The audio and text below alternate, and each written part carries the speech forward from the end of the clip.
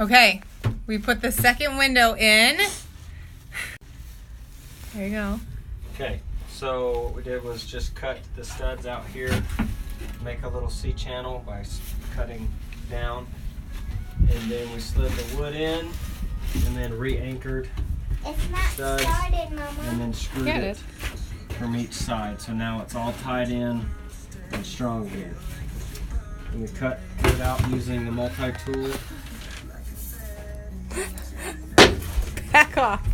and got the wiring in. We're just getting ready to put our plywood sheeting over it. And yeah, keep going. And that's it. That's it. Just see what it looks like from the outside. We did this one a little lower. Order up! So we could sit there and watch kids play outside. All right. Hey!